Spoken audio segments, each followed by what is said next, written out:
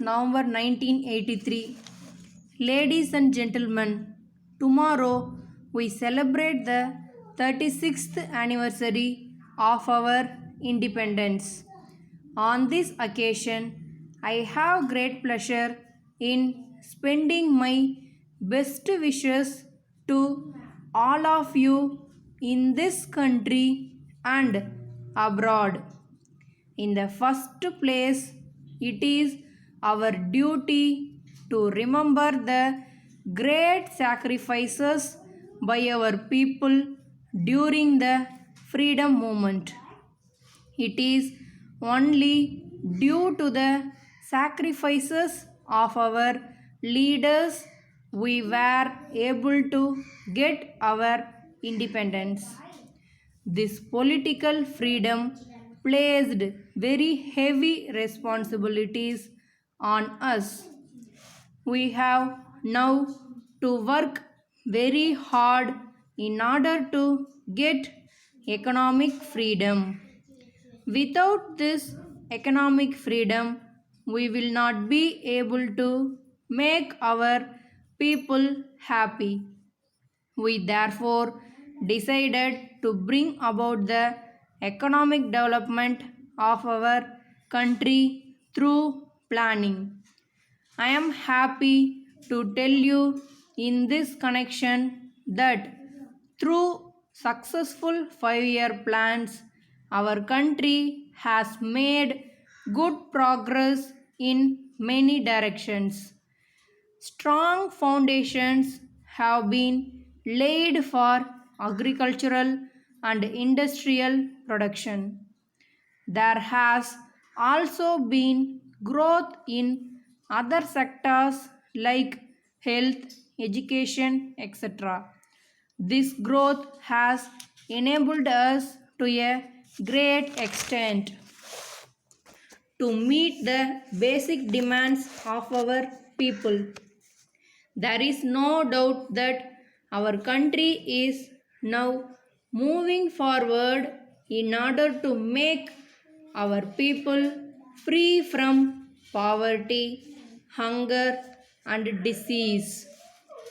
It is unfortunate that violence takes place here and there in our country. In a democracy, there is no place for violence. It is natural that there are problems in a society which is moving forward. But there is no problem which cannot be solved through discussions. I would like to appeal to all the people in this country to work for peace. This is the correct way of paying our sincere respects to our leaders who have made great sacrifices in order to achieve freedom for our country. I would like to remind all our people that unity is the need of the hour. Without unity, we will not be able to reach our goal of economic development. Unity is most important at the present time, and everything else comes only next. Any act of disunity on the part of our people has to be viewed seriously. The Government of India will be firm in dealing with such tendencies wherever and whenever they raise their heads. I would like to state in this connection that maintaining the unity and integrity of the country is not the sole job of the government alone. Letter dated 25th March 1982 from the Business Manager Atlas Cycle Company, New Delhi, to the Sales Manager National Company, Madras.